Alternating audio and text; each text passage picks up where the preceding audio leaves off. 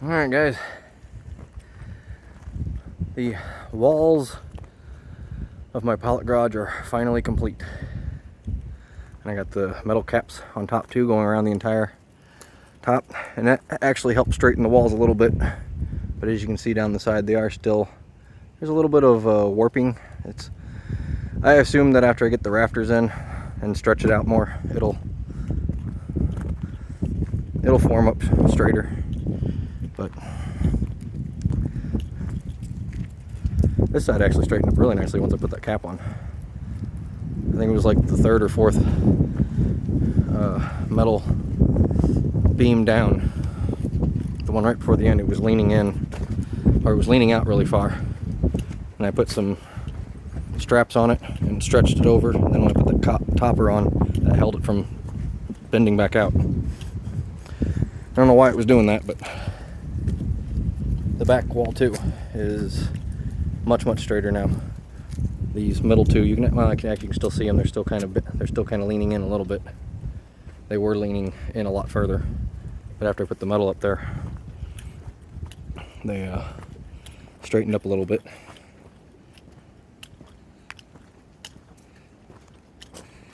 It's definitely not the most perfect and square garage, but you know, I'm working totally blind, not from a kit, just kind of pieced it all together myself. So, but it works. This side, it's pretty straight. You can see it's bent in a little bit at the top, but again, once I start putting the rafters in, I'm sure that'll bow out a little bit. If it doesn't, whatever. I honestly don't care. But I mean, this garage is solid. It's not going anywhere.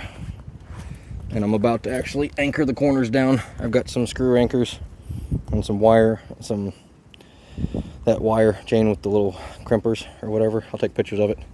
And I'm gonna hold down all the corners, that way that any high winds or weather out here can't shift this garage off these blocks, because it's just sitting loose on top of these blocks. So, but yeah, heck yeah, glad to finally be at this point. Because man, putting these walls up and all this metal is a lot of work. Even though I got even more metal to do for the roof, but that'll be a lot easier. So, as for size of my garage, it's 36 feet long. You see here in the front, I've got just enough room to close the door, which I'm probably just going to do a swinging door. I'm not sure if I'm going to do a garage door or not yet, because the cost of them, you know, the cheapest one I can find is like $400. And then all the way back in here with my trailer, and I've still got 2.5 feet back here. So, perfect.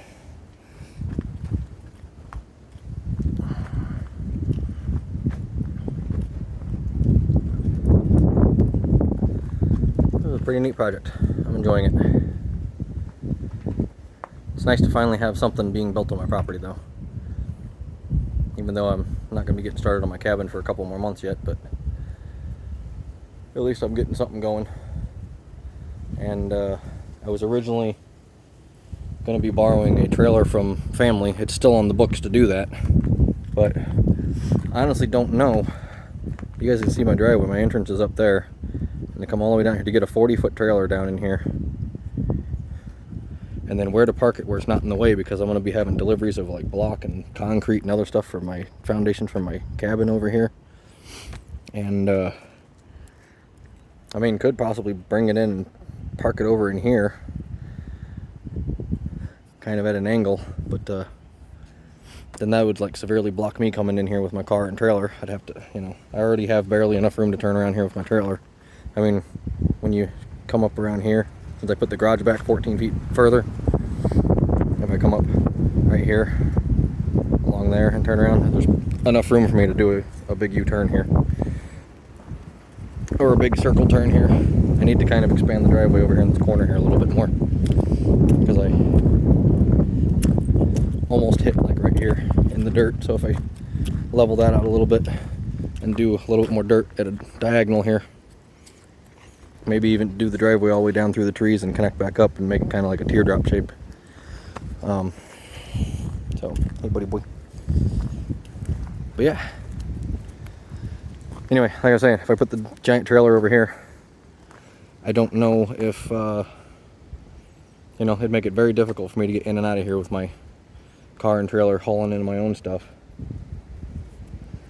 So, I don't know. My next plan, which I've mentioned to you guys before, this right side. Natira, you're a girl, she's a girl, get off. Don't hump the little girl.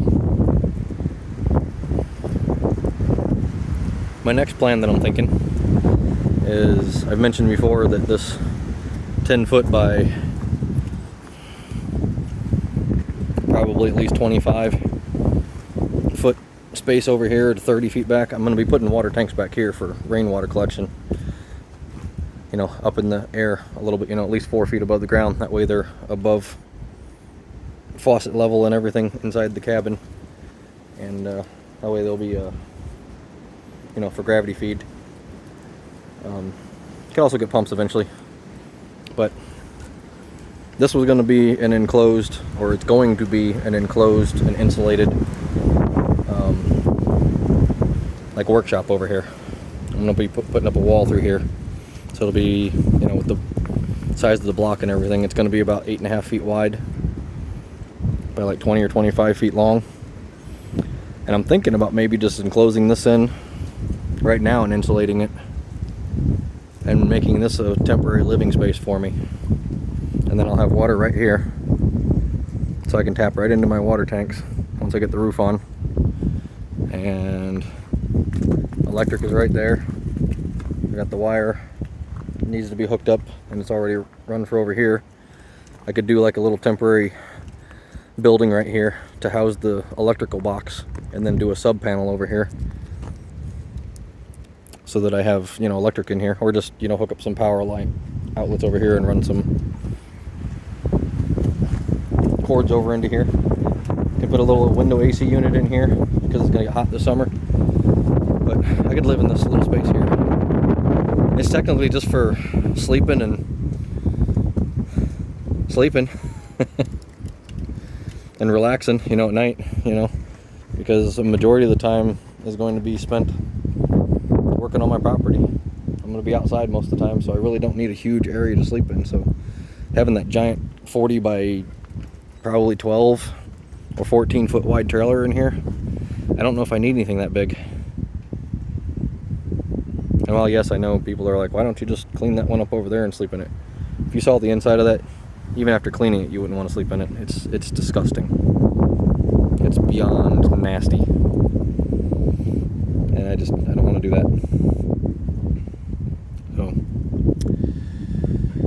but yeah, this is cool. I'm gonna get to try and design a front and a rear truss today. Still got a couple of hours of light left, and see what I can come up with. But I'm probably only going to do like maybe a 3/12 pitch or a 4/12 pitch, and see if I can't do a, you know, do one truss here, another in the back, and then do like a center bar between the down to the rear. I don't know if I'll get all that done today, but I'm going to try. So, see you guys. Hey, Queenie. Moose. Queenie and chocolate butt.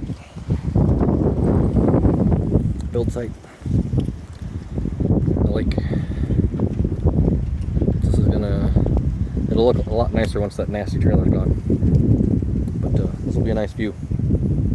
Be inside the cabin. You gotta look out at the lake.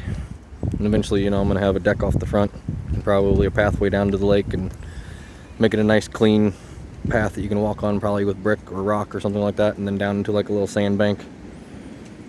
And I'm gonna do what I can. I'm gonna try and figure out what I can do to put whatever fish or treatment or whatever in that lake and clean it up a little, make it, try and get it blue. There was so much tree and overgrowth on here, it wasn't getting that much sun out here, and I don't know if there's any fish in it and cleaning it, so it's kind of you know, just brown and nasty. But there's no algae in it. I've already, or no blue-green algae that's deadly to the dogs or sickening to me or whatever. So I've already tested the lake for that. So, and I've swam in it before when I was cleaning up trees a couple months ago. And it's deep. It's like in the center. It's like I reached down almost 12 feet and couldn't reach the bottom in the center. So it's a very deep lake.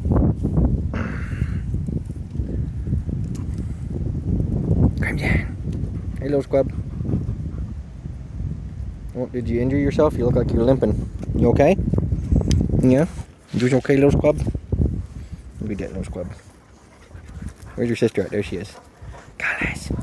Hey, little ones. You good? Nitira, don't. Kappa. Nitira. Moose. Punya. Chocolate butt. Where's Buddy? There's Kigali. Oh, there's Buddy. Hey, guys. Yep. Yes, huh, guys? Yes, huh? We're getting ready to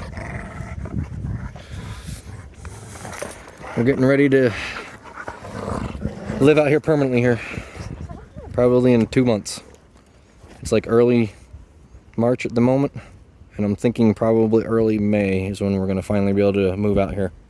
Because if I work my butt off building this, getting this garage enclosed in this room over here, by the end of this month I might have that. I should at least have the roof done and everything by the end of this month, if not sooner, at my current rate. And hopefully can get this room completed even sooner. I could even expand it over if I needed to. Do like a lean-to or whatever over here. Plenty of room for that. So I am going to do a lean-to over here. I forgot to mention that for my trailer. Because I don't want to always have the trailer parked in there because it takes up a lot of room. Because I've got a lot of stuff I need to store out here. But there's plenty of room right here. This is 12 foot wide. And I think it's like 15 feet, 14 or 15 feet from the corner here to these trees. But I think I'm going to remove these 2 trees and extend it back to about 18 just in front of this grove here. That way I have at least a 15-foot covered area right over here. I can park the trailer. Probably don't need it much bigger than that, but big enough just for my trailer. So can always do another one on the other side.